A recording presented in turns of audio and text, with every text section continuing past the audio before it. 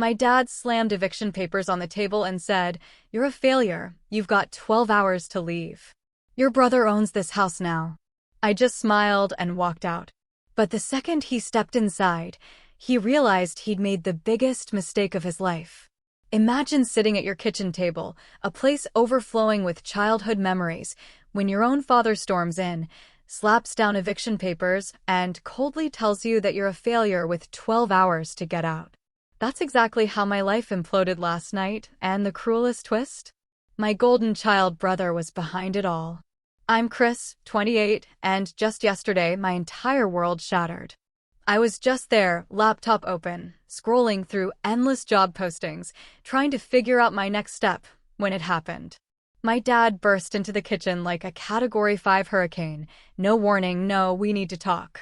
Just a thick envelope of papers slammed onto the table so hard my coffee almost went flying.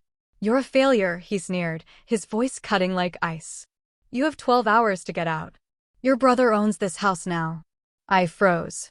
Just stared at the papers, my mind refusing to process what my eyes were seeing. Official eviction documents, signed, notarized, ready to be enforced. This wasn't his usual yelling or some offhand insult about me being behind in life. This was calculated, planned. And the worst part? He looked almost proud as he watched me read. "Maybe this will finally teach you some responsibility," he added, his smirk twisting the knife deeper. This wasn't just a house. This was my childhood home. My mom's favorite curtains still hung in the living room. My brother and I had built a creaky treehouse in the backyard, our secret fortress. This place had always been my anchor, my safe harbor. And now? I had less than half a day before it wasn't mine anymore. My voice came out shaky, barely a whisper. "Why?" That's when Dad's smirk widened. "Your brother just bought it from me," he said, almost casually. "He's the owner. Consider this a lesson in what happens when you waste your life." For context, my older brother, Mark, has always been the family's shining star, the golden child who could do no wrong. Straight A's, star athlete, first with a master's degree. If Mark so much as sneezed, Dad acted like he'd cured the common cold. Me? I was always just Chris. The quieter one who'd rather sketch than play football, who got decent grades but never truly shone. After college, I bounced from job to job, just trying to find my footing, trying to figure out what I actually wanted. For my dad, apparently, that was the ultimate sin. I should have been instantly furious, and a deep, simmering anger did settle in, but what hit me first was this strange, hollow ache, like my chest had been scooped out. I thought about all the late nights I'd spent helping Dad with house repairs, the birthdays and holidays under this roof, the times I'd crashed on the couch after long shifts, careful not to wake anyone. None of it mattered. To him, I was just expendable. Mark wasn't there when this betrayal went down. He'd been living with his girlfriend downtown for months, but apparently, he'd swooped in at the perfect time to buy the house, as Dad put it.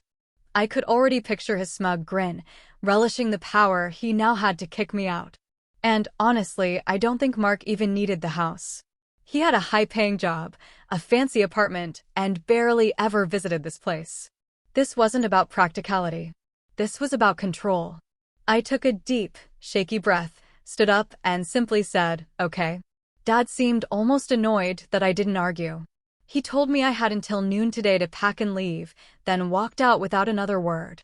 I just sat back down, staring at those papers. The cold dread came first. The hot, sharp anger came later, making my hands tremble. I didn't sleep much that night. I started packing immediately, shoving clothes into trash bags, stacking boxes of my life in the living room. Every creak of the floorboards made me tense. Every car outside sent my heart racing, half expecting Mark to come waltzing and early to gloat. Dad's words played on an endless loop in my head. "You're a failure." It wasn't just the eviction. It was everything those words carried. Years of disappointment, constant comparisons, and the unspoken message that no matter what I did, I'd never be good enough.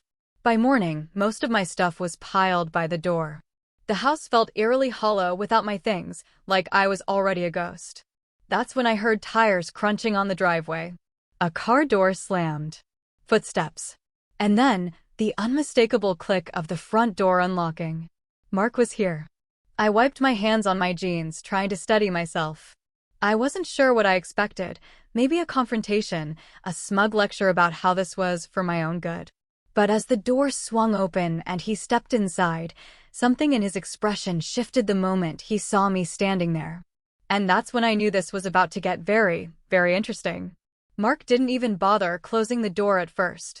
He just stood there on the threshold, keys still in his hand, staring at me like I was some stray dog that had wandered onto his new property.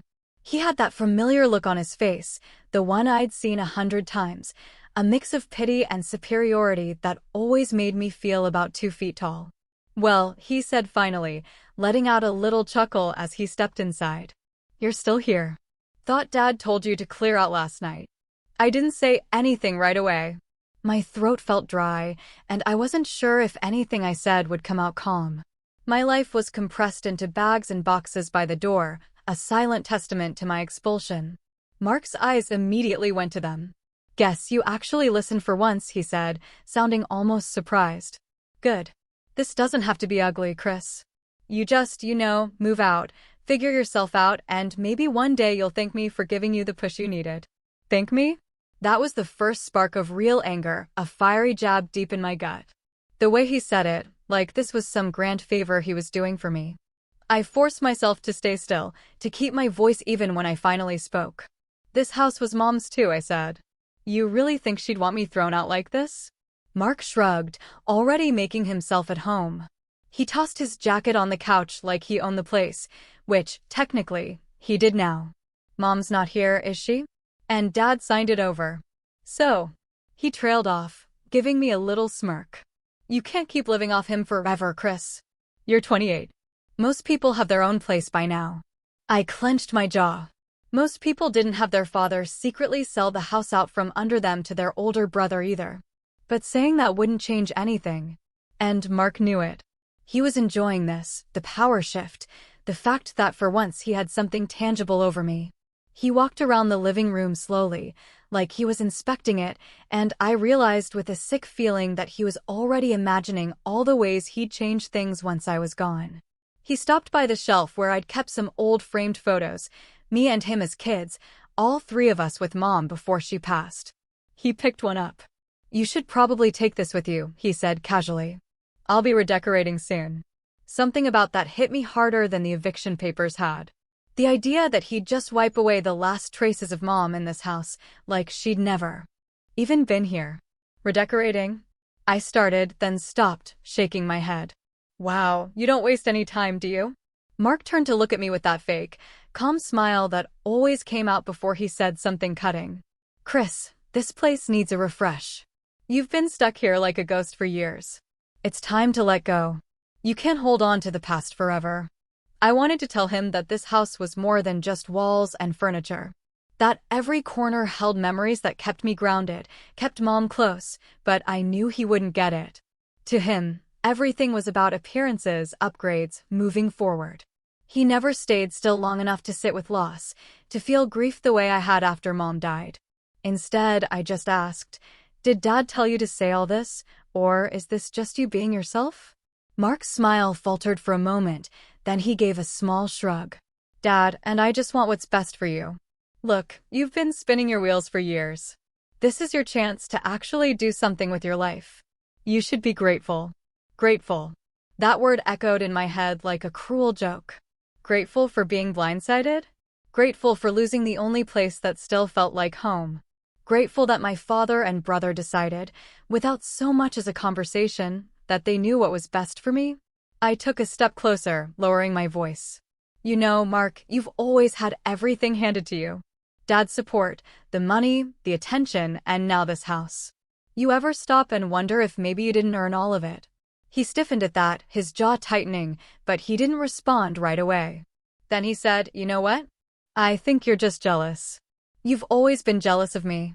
I actually laughed, not because it was funny, but because of how utterly predictable it was. "Jealous," I repeated. "Of you?" "No, Mark. I'm just tired. Tired of being treated like I'm the family disappointment just because I don't live my life exactly how Dad wants me to. Tired of being compared to you like we're in some competition I never agreed to. He rolled his eyes. Here we go. The victim's speech. That did it. I grabbed one of the boxes by the door, hoisted it up, and marched past him toward my car. If he wanted me gone so badly, fine. I'd go, but I wasn't going to give him the satisfaction of seeing me break down over it. I made a few trips back and forth, loading up my car while Mark lingered in the living room, occasionally calling out unhelpful comments like, "Don't scratch the walls," or "Be careful with the door frame." He wasn't just watching me leave, he was reveling in it. At one point, I came back inside to grab my sketchbooks, and I saw him on the phone with someone. "Yeah, I'll have the locks changed this afternoon," he was saying, glancing at me like he wanted me to hear. Better to get it done before anything happens. That was when the anger boiled over into something sharper, colder. He wasn't just pushing me out. He was erasing me from this house entirely, like I'd never been part of it, like I'd never belonged here in the first place. I took the last of my things out and stood in the doorway for a moment, looking around the house one final time. Mark was sitting on the couch now, scrolling through his phone like nothing had happened. "Guess this is it," I said quietly. He didn't even look up. "Yeah, don't be a stranger." I almost said something then, something I might have regretted. But instead, I just turned and left. My car was packed to the brim. My chest felt tight, aching. And as I drove away, I kept telling myself I was done with them. Done trying to earn their approval. Done letting them dictate what my life should look like. But as the house grew smaller in my rearview mirror, a new thought crept in, cold, steady, and impossible to shake. If they thought I was just going to disappear quietly, they had no idea who they were dealing with. Driving away from that house felt like leaving behind a piece of myself I wasn't sure I'd ever get back. I didn't have a plan, just a car stuffed with boxes and a head full of thoughts that wouldn't stop spinning. I ended up in the parking lot of a 24-hour diner on the edge of town, sitting there long after the engine was off. It was still early, maybe 7 a.m., but the sky was gray and heavy, like it couldn't decide if it wanted to rain or not. My phone buzzed a few times with texts, but I didn't look. I just sat there gripping the steering wheel, breathing in and out until my hands stopped shaking. I didn't want to call anyone. I didn't want to explain what happened, or worse, hear someone tell me, well, it's their house. They can do what they want. So, I started driving again, aimlessly at first, until I found myself pulling into the parking lot of the old storage facility on Maple Street. It was cheap, no questions asked, and I knew I could get a unit month to month. The guy at the counter gave me a look, probably because I looked like I hadn't slept, but handed me the key and lock. Within an hour, everything I owned was stacked inside a concrete room with a metal door. By the time I left, my phone was buzzing again. This time I looked. It was from Dad. "Turn in your house key today. No exceptions. No, how are you? No, let's talk." Just a cold command. I texted back one word. "Fine." And that should have been the end of it. But a few hours later, when I went back to drop off the key, the betrayal really hit me because this time Mark and Dad were both there waiting. Dad was standing in the kitchen with his arms crossed, that same disapproving frown on his face. Mark was leaning against the counter, looking far too comfortable. There were papers spread out on the table, and for a brief second, I thought maybe they'd reconsidered, that maybe they wanted to talk this out. But no, this wasn't an olive branch. "Good. You're here," Dad said flatly. "We need to go over a few things before you leave." I stayed near the door, wary. "What things?" Dad gestured to the table. "Utilities, property taxes, insurance. You're still listed as a secondary on some of these accounts because you've been living here. I want to make sure everything is transferred so there are no surprises." That sounded reasonable enough until Mark chimed in with a grin. "And since you've been using Dad's internet and power all this time, we thought it was fair you cover the last few months' bills before you go." I blinked. Surely, I'd misheard him. "Excuse me?" Dad nodded like this was completely normal. "You've been living here rent-free, Chris. It's only right you settle what you owe. Mark's taking on the property now. He doesn't need to deal with back expenses." Back expenses? Like I'd been freeloading? Like the countless repairs I'd done, the groceries I'd bought, the nights I'd spent keeping this house running while Dad was away on business meant nothing? You've got to be kidding me, I said, my voice low and dangerous. Mark slid a printed sheet across the table. It's not that bad. A couple hundred for utilities, some upkeep costs Dad covered. Consider it a clean slate. I picked up the paper and my stomach dropped. It wasn't a couple hundred. It was nearly $3,000. $3,000 they wanted me to pay before I left. As if I was some deadbeat tenant who had skipped out on rent. That's insane, I said, tossing the paper back. I don't owe you a dime. I've been maintaining this place for years for free. I fixed the leaky roof last winter, replaced half the appliances, painted the entire downstairs. And that was your choice? Dad interrupted sharply. You chose to do those things instead of getting your life together. You can't expect me to reward you for staying stagnant. I laughed bitterly. Reward me? You mean not throw me out on the street? Dad's face hardened. You have 12 hours. Pay what you owe or I'll consider it theft of services. That was the moment something cracked inside me. Not just anger this time, something deeper, colder. This wasn't just about pushing me out anymore. This was about humiliation. They wanted me to leave broke, small, ashamed. I set the house key on the table slowly. Here's your key, I said, my voice shaking. That's all you're getting from me. Mark frowned, but Dad just shrugged. Suit yourself. But don't come crawling back here when you realize how hard the world is. I turned to leave, but Mark couldn't resist getting in one last jab. You know, he said, smirking. Once I finish the remodel, this place is going to be worth twice what Dad sold it to me for. Probably the best investment I've ever made. You really missed out. I stopped in the doorway, gripping the frame so hard my knuckles went white. He wanted me to react. He wanted me to lash out so they could point and say, see, this is why he can't handle life. But instead, I just said quietly, good luck, Mark. Hope it was worth it. I walked out and didn't look back. But as soon as I was in the car, the tears came hot, angry, unstoppable. I wasn't crying because I'd lost the house. I was crying because I'd finally realized the truth. It wasn't just the house they didn't want me to have. It was a place in this family. I spent that night sleeping in my car outside the storage facility. I couldn't bring myself to call friends or look for a motel. I just sat there under the hum of the streetlight, staring at the ceiling, replaying everything. My dad's words. Mark's smug grin. The $3,000 bill. The way they looked at me like I was nothing. By the next morning, something had shifted.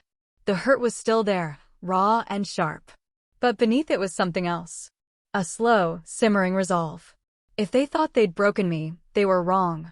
If they thought I was just going to disappear quietly, they were really wrong. And then, just as I was about to start the car and look for somewhere to shower, my phone buzzed again. This time with a notification that made my blood run cold. A bank alert.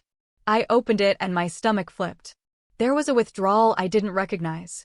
Nearly $1,200 gone from my checking account. I immediately called the bank. After a few minutes on hold, the representative came back and confirmed it. The payment had gone through last night for shared household expenses, automatically debited from the joint account I'd been forced to share with Dad years ago when he helped me get a credit card. He'd used my own money to pay part of that bill. That was it. That was the breaking point. The last thread of trust snapped clean in two. When I hung up the phone, I just sat there gripping the steering wheel so hard my hands hurt until the sun came up. The betrayal wasn't just complete. It was weaponized. And I knew right then that this wasn't over. Not by a long shot. Rock bottom didn't hit me all at once. It crept in quietly, like fog rolling over a field at dawn. I left the bank parking lot that morning, feeling hollow, numb. The car smelled faintly of stale fast food from the night before, and the back seat was crammed with my life in boxes and bags. I drove aimlessly for a while until I ended up at the edge of town, parked near the river. The air was damp and chilly, but I rolled down the window anyway. It felt good to feel something, even if it was just the sting of cold air on my face. I spent most of that day sitting there, staring at the water, trying to piece together what the last 48 hours had done to me. My childhood home gone. My dad's respect, if he'd ever had any for me, shattered. My brother, a stranger wearing a familiar face. And now they'd taken money straight from my account without even asking. I tried to distract myself by scrolling through job postings again, but every listing I saw felt like a mountain I didn't have the strength to climb. Most wanted a stable address, references, sometimes even credit checks. I had none of that now. I felt like a ghost haunting my own life. Eventually, I drove to the cheapest motel I could find, a two-story place with flickering neon lights and a front desk clerk who didn't even look up from her crossword puzzle when I checked in. The room smelled faintly of bleach, but it had 4 walls, a bed, and a shower, and that was enough. The first night, I slept for nearly 14 hours. When I woke up, my body felt like it had been through a war. My phone had more messages, mostly from Dad, some short, some longer, all with the same cold, condescending tone. You need to grow up. This is the real world. Take responsibility for once. I didn't reply. Instead, I took a long shower, put on clean clothes, and forced myself to do something productive. I drove to a cafe with free Wi-Fi and spent the entire day researching everything I could about property transfers, eviction rights, and joint bank accounts. The legal jargon was dizzying, but I took notes, slowly, starting to see where there might be cracks in what Dad and Mark had done. It wasn't much, just the faintest glimmer of control, but it was enough to keep me from spiraling completely. Still, the days blurred together. I'd wake up late, drive to the cafe or library, send out a few job applications, then go back to the motel and stare at the ceiling until I fell asleep again. Money was draining fast. The savings I had left were just enough to cover a couple more weeks at the motel, maybe a month if I cut back hard. And then came the moment that made me feel truly, fully humiliated. One afternoon, I ran into an old neighbor at the grocery store. She was sweet, one of those people who always waved when she saw me growing up. She looked surprised to see me. "Chris," she said, smiling. "I heard about the house. Mark mentioned you moved out. How are you holding up?" There it was again. Mark talking about me like he was the generous brother who'd helped his poor, lost sibling move on. I forced a polite smile. "I'm okay," I lied. "Just figuring things out." She patted my arm sympathetically. "Well, I'm glad Mark's finally getting a chance to make that house his own. He's so responsible, isn't he? Your dad must be proud." The words landed like a punch. I nodded, made some excuse about having to go, and left. But inside, I was boiling. That was when it hit me. They weren't just erasing me from the house. They were rewriting the entire story to the outside world. I was just the screw-up who finally left so the golden child could swoop in and save the family home. That night, back at the motel, I sat on the edge of the bed with my laptop open and my notes spread out in front of me. For the first time, I let myself really think about what I wanted, not just how to survive. Part of me wanted to just disappear, to walk away completely, find a new city, a new life, and never look back. It would be easier than staying here, where every street corner held a memory. But then I thought about Mark's smug grin, Dad's cold words, the money taken from my account, and a different feeling rose up, slow, steady, like coals catching fire. I started looking into more than just property law. I looked up local business records, tax filings, even social media posts. I wasn't sure what I was looking for yet, just that I needed to know everything about Dad, about Mark, about how the house deal had gone down. The more I read, the more pieces started clicking together. There were odd details about the sale, unusually fast processing, a transfer price that seemed lower than market value. That might not mean much by itself, but it was enough to make me wonder. I also found something about the joint account. Legally, my dad wasn't supposed to use it without my consent. Now that I was an adult, that $1,200 withdrawal was potentially disputable. For the first time since this all started, I felt a tiny spark of control return. It didn't make the next few days any easier. I still had to ration every dollar. Still slept on a lumpy motel mattress. Still woke up some mornings with that heavy feeling in my chest that made it hard to move. But now I had a notebook full of plans, lists of questions to ask, documents to pull. And every time I thought about giving up, I'd picture Mark standing in that living room, casually talking about changing the locks like I was some trespasser in my own home. I wasn't ready yet. Not even close. But something in me had shifted. I wasn't just surviving anymore. I was waiting, watching, gathering, because if there was one thing I was sure of now, it was this. They weren't going to get away with it forever. And then, just when I thought things couldn't get worse, I got a call that sent my plans into overdrive. A call that changed everything about how I saw my family, the house, and the betrayal I'd just lived through. The call came late in the afternoon, just as I was packing up my things from the cafe. I almost didn't answer.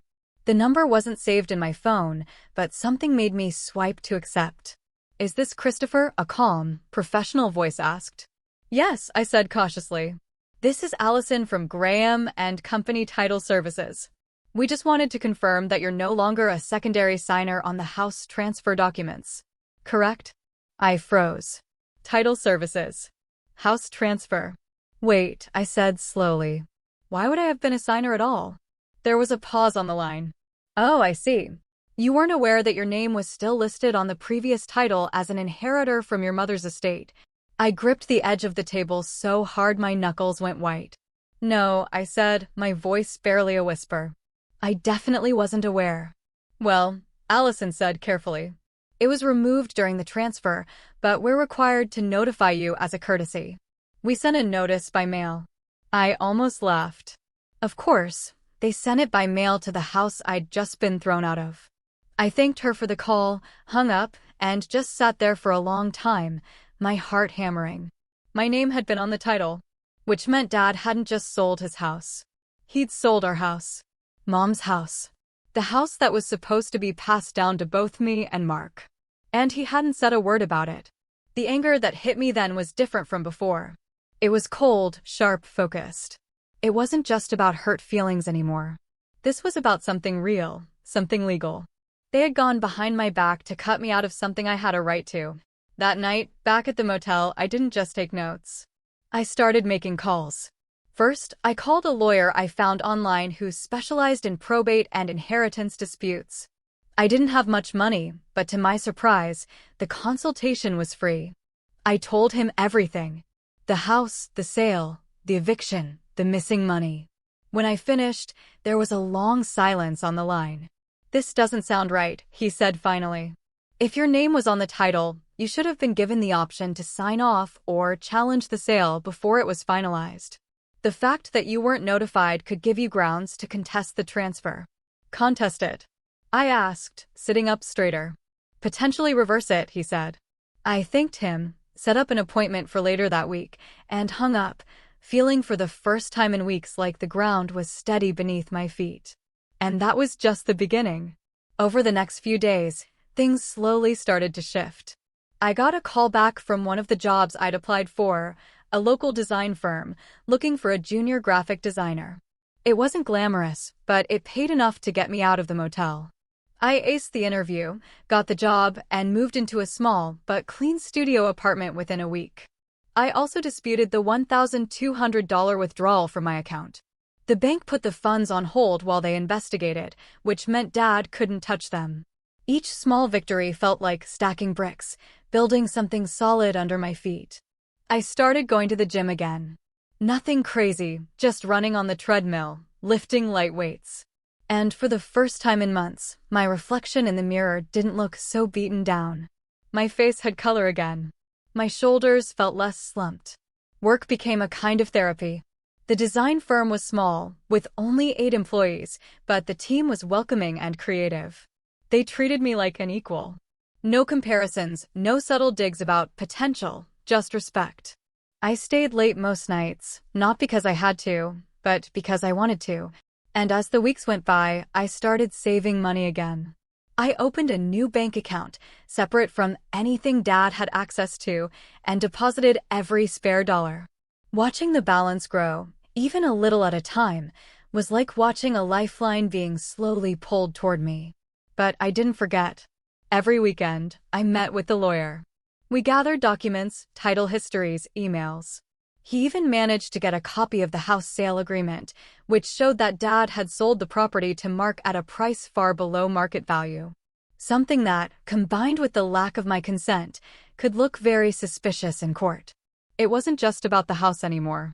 It was about proving that what they did was wrong, that I wasn't just some failure who had been kicked out for my own good. And the more I worked with the lawyer, the more confident I felt. I started posting more of my art online, too, something I'd been too embarrassed to do before. To my surprise, people liked it. A few even commissioned pieces. One of my designs went semi-viral on Instagram, and I got a handful of offers from bigger accounts wanting to collaborate. For the first time in years, I felt like I was building something that was truly mine. Then, one Saturday morning, I stopped by a coffee shop near my new apartment, and there they were, Dad and Mark, sitting by the window. They saw me before I could turn around. "Chris," Dad called, his voice carrying across the cafe. I hesitated, then walked over. "You look good," Dad said, eyeing me with something that almost looked like surprise. "Heard you got a job." "That's good." Mark, on the other hand, just smirked. "Finally growing up?" he asked. I smiled, really smiled for the first time in front of them in months. "Yeah," I said. "Actually, things are going really well." I didn't say more, but I could see the way Mark's smirk faltered just a little. When I left the cafe, I didn't feel small anymore. I didn't feel like the kid brother who couldn't measure up. I felt like someone standing on equal ground, maybe even taller, because I knew something they didn't. The lawyer was nearly ready to file. The house wasn't just theirs to do with as they pleased. And soon, very soon, they were going to find that out in a way they never saw coming. And this time, I wouldn't be the one standing in the doorway powerless. I'd be the one holding the papers. The real turning point came about 2 weeks later when my lawyer called me into his office for what he called a strategy session. I'd been expecting just another routine update, maybe more paperwork to sign. But when I sat down across from him, he had a look on his face that told me this wasn't just routine. "I think we're ready," he said, sliding a folder across the desk. "Not just to contest the transfer. We can move to freeze any major renovations or sales Mark might try to make until this is resolved. And there's more." I dug into the financials for the sale. "Your dad underreported the property value by almost 40%. I frowned. "Meaning what exactly?" "Meaning," he said with a small smile, "that if we take this to court, not only can we argue that your consent was required, but we can make the case that this sale was a fraudulent conveyance, an attempt to move assets unfairly. If the judge agrees, the sale could be voided entirely. The house would revert back to joint ownership between you and your father, the way it was before." My breath caught. For weeks, I'd been preparing myself for the idea that the house was gone forever, that the best I could hope for was some small settlement to make up for being cut out. But this was different. This meant the whole deal could be unwound. What would happen to Mark? I asked carefully. "Well," the lawyer said, leaning back, "if the sale is voided, any money he paid for the property would be refunded by your father. He'd no longer own the house. And if he's already made renovations, he might not get reimbursed for those. Essentially, he'd be back to square one." I sat there for a long moment, staring at the folder. A slow, measured calm washed over me. This wasn't just revenge for revenge's sake. This was justice. This was setting the record straight. "Let's do it," I said. "Finally. File whatever you have to." The next few days were a blur of signatures, notarizations, and filings. The lawyer moved quickly, getting an injunction in place to stop any major changes to the property until the case could be heard. Meanwhile, I kept working at the design firm and quietly building up my life. The commissions online were picking up faster than I expected, and one of my designs was featured on a popular art blog, which brought in a wave of new followers. I started to feel like I had two lives running in parallel: the quiet, stable one I was building day by day, and the storm I was carefully, patiently preparing to unleash. Then came a stroke of luck that felt almost too perfect. One evening, I was at the grocery store near my new apartment when I ran into Mark's girlfriend, Emily. She looked tired, not just physically, but in that way people look when they've been putting up with something for too long. "Hey," she said, managing a small smile. "Didn't expect to see you here." We talked for a few minutes, just polite small talk, until she let out a sigh and said, "You know, Mark's been working on that house nonstop. He's driving himself crazy trying to make it perfect. New floors, new kitchen, even talking about building a deck. He keeps saying it's going to double in value by next year." I bit back a smile. If only he knew. Then Emily hesitated, glanced around, and lowered her voice. Honestly, I don't even know why he's doing it. He doesn't plan to live there. He told me he's just going to flip it and use the profit for a down payment on a place downtown. That was the missing puzzle piece I hadn't realized I needed. If Mark was banking on flipping the house for profit, the injunction would hit him twice as hard, not just emotionally, but financially. Every dollar he poured into renovations would just sit there, locked in limbo until the case was resolved. I thanked Emily, kept my tone neutral, but the moment I got back to my car, I called my lawyer. Good timing, he said when I explained what I'd learned. We can add that to our filing. Show that Mark's improvements are speculative and that you stand to lose financially if he's allowed to keep making changes unchecked. Each step felt like tightening a noose. Not out of malice, but out of precision. For the first time, I wasn't reacting. I wasn't on the back foot. I was in control. Even at work, people noticed the change. My boss called me into her office one afternoon and said, "I don't know what's going on in your life, Chris, but you've been on fire lately. Your designs are sharper. You seem confident." I smiled at that because she was right. I felt taller, lighter, even when I was exhausted from long days. There was a part of me that had woken up, a part that refused to be stepped on ever again. A few weeks later, I got the court date, 2 months from now. That night, I celebrated quietly. I ordered takeout, sat in my apartment surrounded by my sketchbooks, and raised a glass of soda like it was champagne. I imagined the look on Mark's face when he got served. The way Dad's smug certainty would crack when he realized this wasn't going away. But I didn't want to just blindside them. No, that would be too easy. I wanted them to feel safe first, to think they'd really won. So, I started being polite when I ran into them civil. If Dad texted, I answered with short, respectful replies. If Mark called to brag about the remodel, I listened, offered a neutral "sounds good," and hung up. Let them think I'd accepted my lesson. Let them think I was finally playing the obedient son and brother. Because when the moment came, I wanted the ground to fall out from under them all at once. And then, just when everything was in place, I got an email from the lawyer with the final document attached. "This is it," the subject line read. I opened it and stared at the PDF for a long time, my pulse quickening. This wasn't just paper. This was my voice. My chance to stand up and say, "You don't get to erase me." I hit send on the signed version, leaned back in my chair, and felt something I hadn't felt since the day this all began.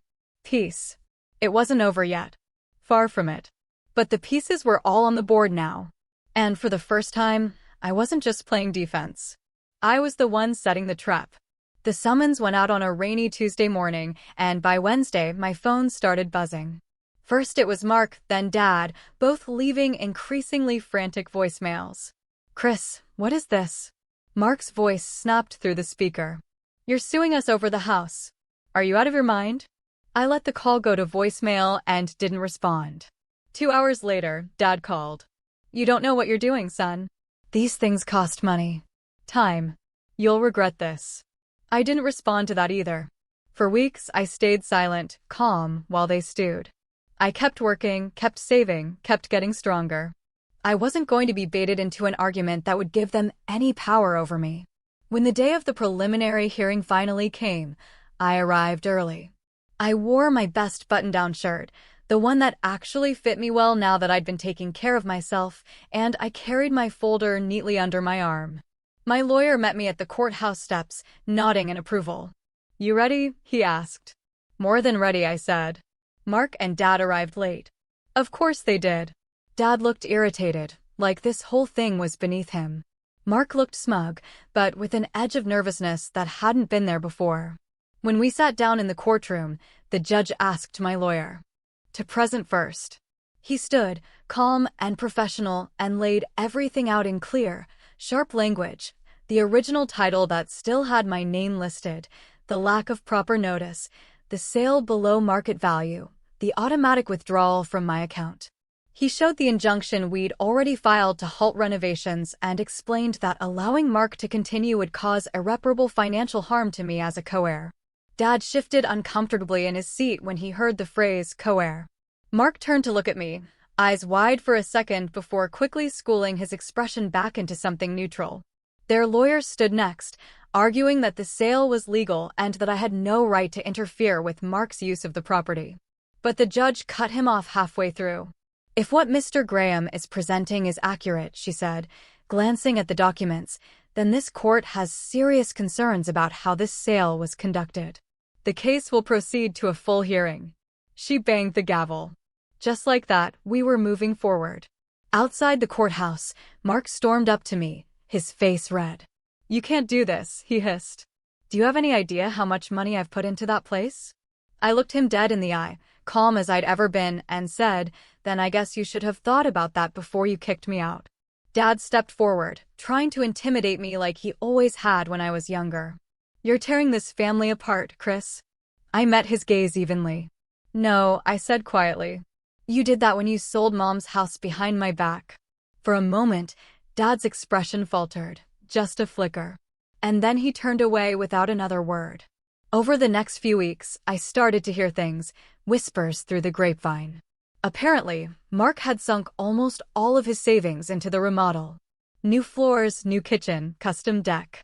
He'd even taken out a small loan, banking on flipping the house quickly to pay it off.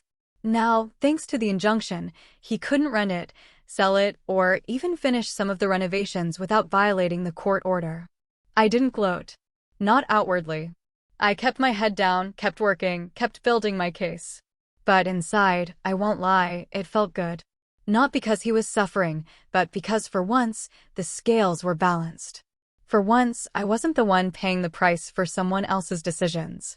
And then came the day we'd all been waiting for, the full hearing. The courtroom was bigger this time, with more people in attendance. I took a deep breath as I sat down, feeling the weight of the moment. My lawyer went first again, presenting our evidence. He showed the title history, the estate documents from when Mom passed, the lack of proper notice, the undervalued sale price. He even brought in an expert witness who testified that the sale price was far below market and that bypassing my consent had directly harmed my share of the estate.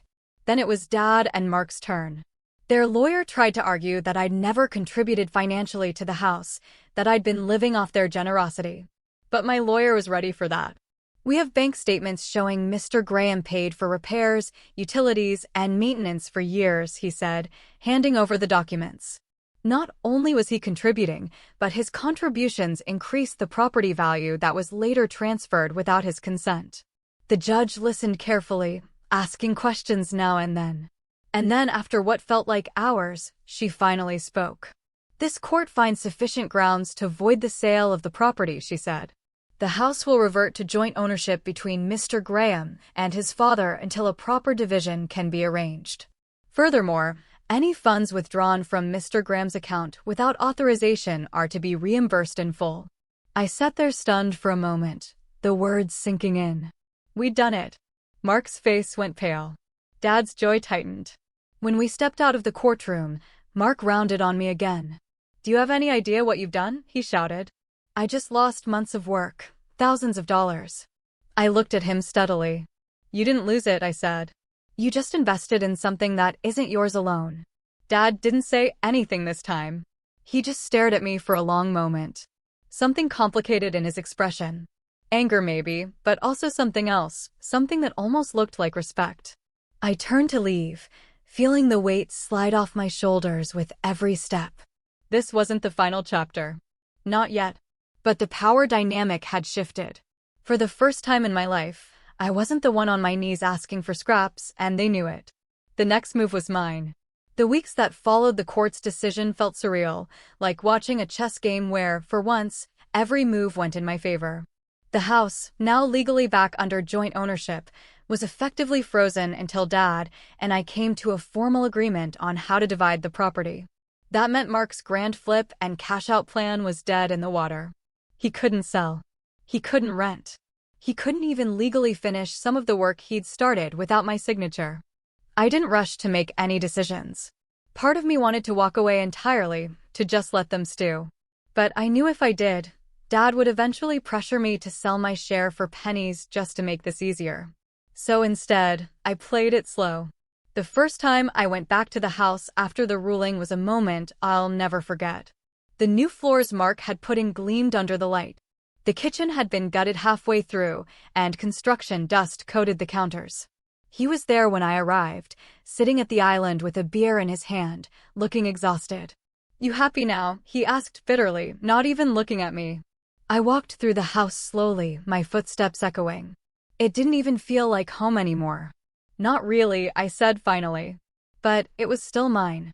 And I'm just done letting you both decide what my life is worth." He slammed the beer down on the counter. "You ruined me, Chris. I maxed out my savings and took out a loan for this place. Now I can't even sell it.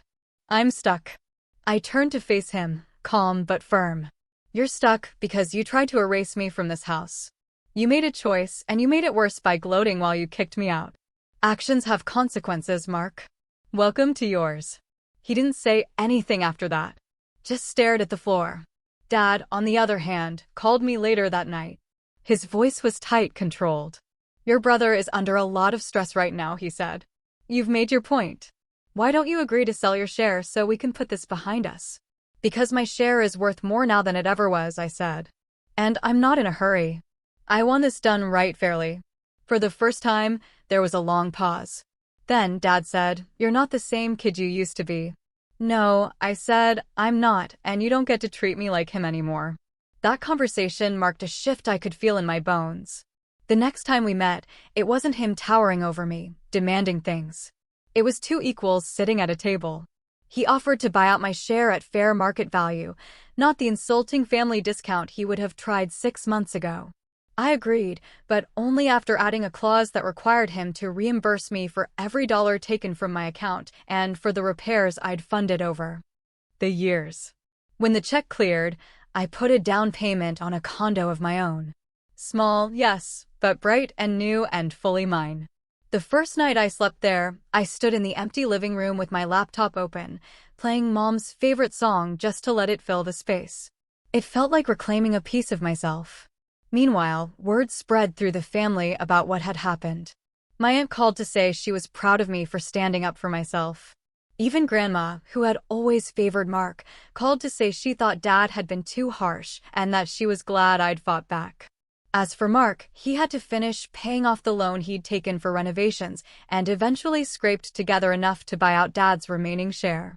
By the time it was finally his, the market had dipped, and he ended up losing money on the sale a year later. I didn't gloat, but I won't pretend I didn't feel a small, quiet satisfaction knowing that life had handed him the lesson he'd tried to hand me. The last time I saw them both together was at a family gathering months later. The tension in the air was thick, but I didn't shrink the way I used to. I walked in, shoulders squared, head high, wearing a new suit I'd bought with the bonus I'd earned from a major design project at work. Mark didn't say much, just nodded stiffly. Dad gave me a long look across the table, then said, "I hear you're doing well for yourself." "I am," I said simply. "Better than ever," and that was the truth. As dinner wound down, I stood, ready to leave. I looked at both of them. The father who had dismissed me as a failure, the brother who had treated me like a problem to be solved, and I felt no anger anymore, just clarity. "I want you both to know something," I said, my voice steady. "What you did hurt me more than I can explain, but it also forced me to grow in ways I never would have otherwise. You thought you were teaching me a lesson about responsibility. Turns out I learned one about self-respect." I turned and walked out, the room silent behind me. As I stepped into the cool night air, I couldn't help but smile. For the first time in my life, I wasn't trying to prove anything to them. I didn't need to because they finally understood I wasn't the one who'd been cut out of the family. They were the ones who'd lost me, and I was never going back. If you enjoyed this story, don't forget to hit that like button, subscribe for more crazy Reddit tales, and ring the bell so you never miss the next one. And hey, share your thoughts in the comments. I'd love to know what you would have done in this situation.